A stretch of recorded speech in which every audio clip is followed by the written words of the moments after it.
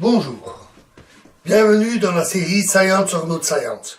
Donc nous étions dans la vulgarisation et nous allons attaquer la description des expériences de pensée. Alors les expériences de pensée étaient très chères à Einstein et aux amateurs de relativité, mais on les retrouve aussi dans d'autres domaines. Elles ont toujours eu beaucoup de succès chez les amateurs de sciences, parce qu'elles sont faciles à comprendre, souvent en général, et elles permettent de parler de science, on va dire, dans son fauteuil, et avec un minimum de mathématiques. Mais, insistons d'emblée sur un point, les expériences de pensée ne sont pas des expériences réelles. Pas du tout. Même si parfois, certaines expériences de pensée ont été traduites en expériences réelles, qui sont d'ailleurs souvent beaucoup plus complexes pour des raisons pratiques, dans la mesure où les expériences de pensée sont souvent simplifiées et idéalisées. On ne retient que l'essentiel de ce qui est nécessaire.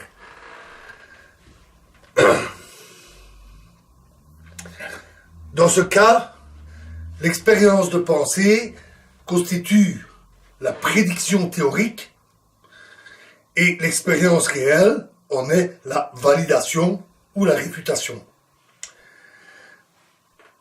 Une expérience de pensée, c'est une mise en image de la théorie.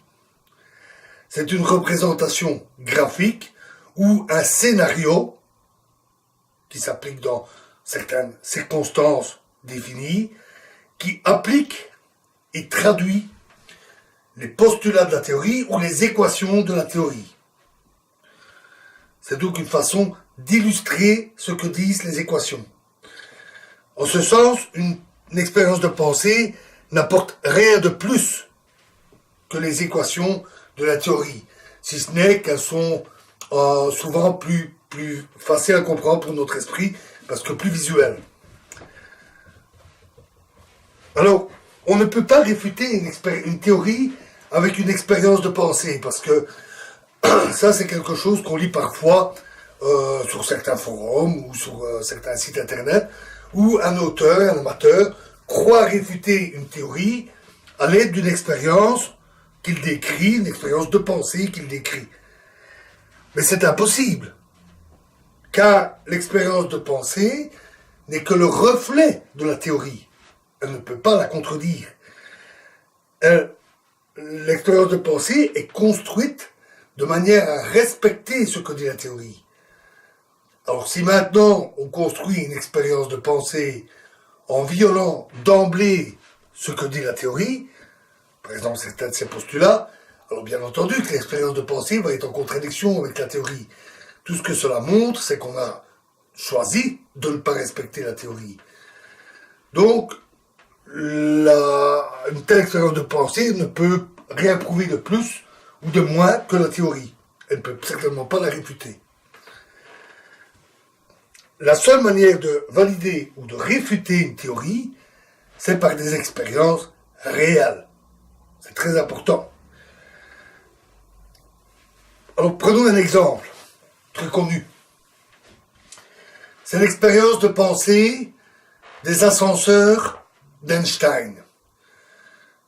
Si un homme est assis dans un ascenseur, immobile, il va sentir son poids. Et s'il est loin dans l'espace, très très loin, mais que l'ascenseur a une fusée qui le maintient avec une accélération vers le haut égale à l'accélération de la pesanteur, alors là aussi, il ressentira l'effet de cette accélération identique au poids. C'est le principe d'équivalence. C'est souvent un des points de départ de construction de la relativité générale.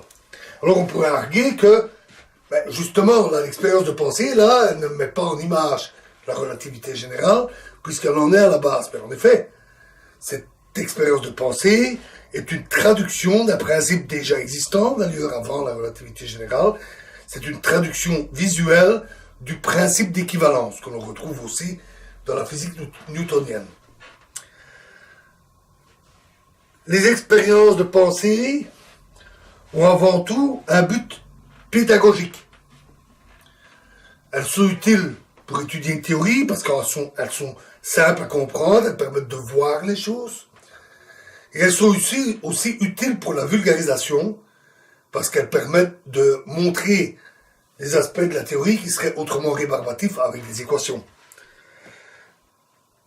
Mais ces expériences de pensée ne remplacent pas et ne peuvent pas remplacer la théorie. Car il y a beaucoup trop de choses dans la théorie qui ne peuvent pas se mettre en image aussi facilement ou alors pour des questions de rigueur. Un développement mathématique rigoureux sera toujours plus sûr que des raisonnements sur des expériences de pensée. Alors voilà pour les expériences de pensée. Alors, comparons maintenant la science et la vulgarisation. Peut-on parler de science quand on parle de vulgarisation?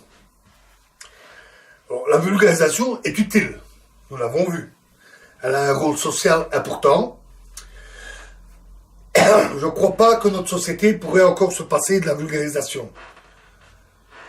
Le citoyen doit être informé, il a besoin d'être informé, et les scientifiques ont besoin des citoyens. Mais la vulgarisation, ce n'est pas de la science. C'est seulement une présentation de la science. C'est une image que l'on donne de la science et de ses résultats. Confondre la vulgarisation et le travail scientifique, proprement dit, serait une erreur. La vulgarisation donne une présentation qui est simplifiée et visuelle pour un profane, un curieux ou pour le grand public. Dans le cas de certains sujets un peu pointus, un peu complexes, en particulier en physique ou en astrophysique, la vulgarisation utilise abondamment des images, des analogies et des termes qui, normalement, sont connus du public. Si le sens habituel du mot est différent en science et dans la vie au quotidien, alors il faut bien expliquer la signification des termes utilisés. Il en est de même pour des mots issus du jargon scientifique. Si on veut éviter de les escamoter, si on veut employer les bons termes, comme homotopie, tenseur, erreur à 5 sigma, alors on a intérêt à bien expliquer ce qu'ils signifient. Les gens utilisent rarement des mots comme homotopie dans la vie courante. Attention aux mots trompeurs, où le sens scientifique est précis, parfois complexe, et qui pourraient être mal compris par leur simple nom. Des mots comme trou noir, corps noir, matière noire, champ, courbure, horizon. Tous ces termes ont des sens communs ou peuvent avoir un sens commun, parce qu'ils emploient des mots très simples, connus, alors que leur signification scientifique peut être fort différente. Une théorie vulgarisée, donc quand on vulgarise non pas un travail ou un phénomène ou une découverte, mais quand on vulgarise une théorie, la théorie vulgarisée n'est pas la théorie en soi. À nouveau, ça n'en est qu'une présentation. Il manque à la théorie vulgarisée plusieurs choses cruciales. Il manque tous les aspects quantitatifs. Les chiffres, les données, qu'elles soient issues de l'expérience ou de la théorie elle-même. Il y manque la rigueur mathématique et il manque parfois le sens exact de certains thèmes, soit parce qu'ils sont mal expliqués, ou parce qu'on a préféré considérer que celui qui écoute connaît déjà le sens scientifique, ce qui peut être le cas, mais pas toujours, ou parce qu'il s'avère que c'est vraiment impossible ou vraiment difficile à expliquer sans le bagage nécessaire mathématique quantitatif. Un mot comme le spin en mécanique quantique est notoirement difficile à expliquer parce que, en toute rigueur, il fait appel à des concepts issus de la théorie des groupes et qui sont extrêmement difficiles à vulgariser. Alors attention aussi aux analogies. Les analogies sont utilisées pour représenter un comportement clé déterminé. Elle ne représente pas tout le phénomène et la construction de l'analogie elle-même n'est pas totalement le reflet de ce qui se passe. L'analogie a des limites. Prenons l'exemple. On compare parfois le courant électrique à un fleuve. L'analogie n'est d'ailleurs pas tout à fait mauvaise, n'est pas mauvaise du tout. Le débit du fleuve correspond à l'intensité du courant électrique. La hauteur des chutes d'eau correspond à la tension, les volts. La puissance, la quantité d'énergie transportée par le fleuve correspond à la quantité d'énergie électrique. De ce point de vue-là, l'analogie marche plutôt bien. On retrouve d'ailleurs à peu près, on retrouve les mêmes équations. Mais ça s'arrête là. Par exemple, on cherchera en vain des poissons dans le courant électrique. Alors parfois c'est évident, les limites sont évidentes, c'est le cas avec le fleuve. Je crois qu'il n'y a pas beaucoup d'aspects de l'eau liquide que les gens confondraient avec du courant électrique. Mais parfois c'est beaucoup plus difficile à détecter. Les limites ne sont pas toujours évidentes, et en particulier si on ne maîtrise pas la théorie ou les aspects expérimentaux, on peut ne pas distinguer facilement les limites d'une analogie.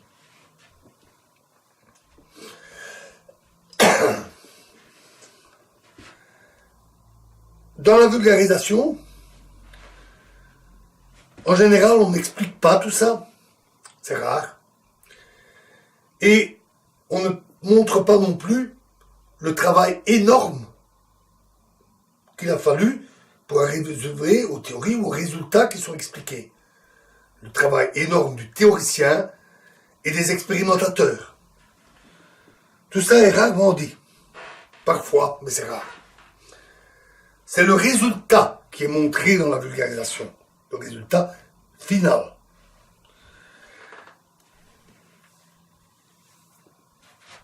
Et en plus, une chose qu'il faut bien dire, c'est que en vulgarisation, il y en a parfois dans la mauvaise.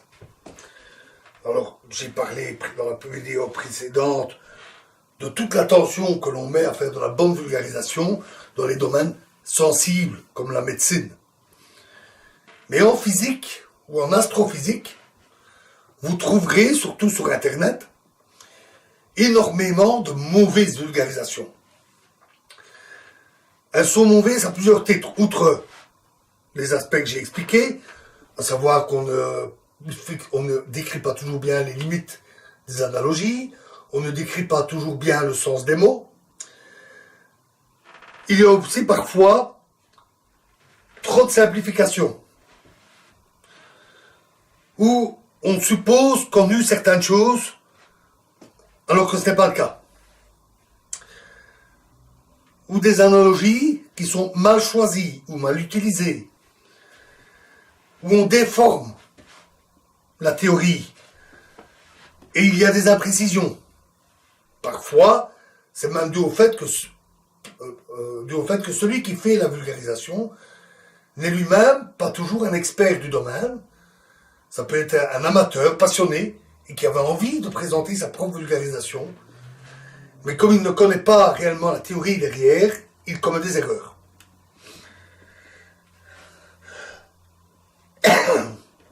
Il y a aussi des cas où la vulgarisation est de mauvaise qualité parce que on était fixé à une durée limite. Alors ça, c'est typique des documentaires. Là, ce n'est pas que sur Internet ou de la part de mauvais amateurs, d'amateurs éclairés mais qui ne maîtrisent pas assez la théorie. Parfois, des documentaires sérieux ont ce défaut, ils veulent trop en montrer. Trop pour la durée du documentaire. Et donc, ils sont obligés de simplifier, de passer sur des détails essentiels, simplement parce qu'ils n'ont pas le temps. Il y a une durée imposée. Il y a aussi le fait que, ça c'est un travers médiatique, on préfère montrer du spectaculaire. Ça fait vendre. Et donc tous les aspects, tous les détails qui seraient un peu plus rébarbatifs ou un peu nettement moins spectaculaires, moins frappants, qui prendraient trop de temps, on les escamote, alors qu'ils peuvent être essentiels pour comprendre réellement les aspects scientifiques qui se cachent derrière ce qui est montré.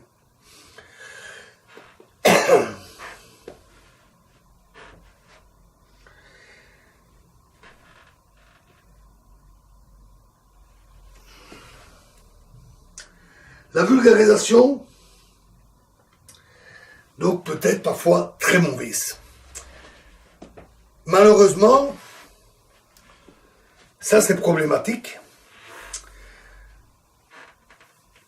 parce qu'on trouve parfois aussi de la très bonne vulgarisation. Même sur Internet, sur YouTube, vous pouvez trouver parfois de jolies perles, des choses bien présentées.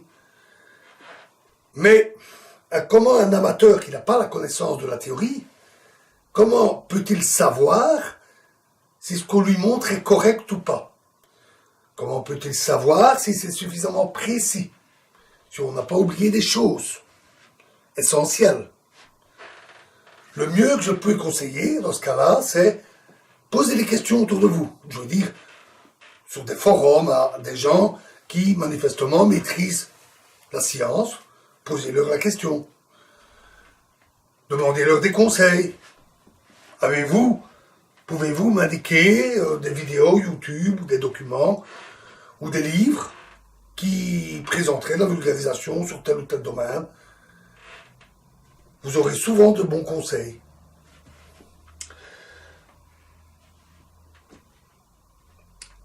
Raisonner. Alors prenez garde à un défaut, à une erreur courante. Raisonner en mode vulgarisation est une très mauvaise idée. La vulgarisation est un outil formidable. Elle permet de montrer la science, de donner accès, peut-être pas à la science, mais à ses résultats à tous. Et elle permet de montrer des choses fort exotiques que vous ne pourriez jamais voir autrement. Les trous noirs, les particules élémentaires, des choses de ce genre. Certaines vulgarisations, certains documentaires sont magnifiques. Mais elles donnent aussi parfois l'impression de comprendre, de vraiment comprendre les théories qui se cachent derrière. Ce n'est qu'une fausse impression. Ce n'est pas en regardant l'affiche d'un spectacle que vous pouvez comprendre tous les tenants et aboutissants du spectacle. La vulgarisation n'est que ça, c'est une présentation, une image, des résultats. Je vous ai décrit tout ce qui manquait. Et donc, ce n'est qu'une fausse impression. Et croire qu'on va pouvoir, à partir de là, poser ses propres idées et raisonner à la manière de la vulgarisation, c'est une erreur. Faire de la vulgarisation, ce n'est pas faire de la science. La vulgarisation n'est pas de la science. Et Donc, évitez de commettre cette erreur. D'ailleurs, vous vous rappelez, on a parlé de la méthode scientifique, on en a assez parlé. Est-ce que présenter un sujet avec de la vulgarisation, est-ce que ça, c'est faire de la science selon le principe de la méthode scientifique? Est-ce que ça respecte la méthode scientifique? La réponse est non.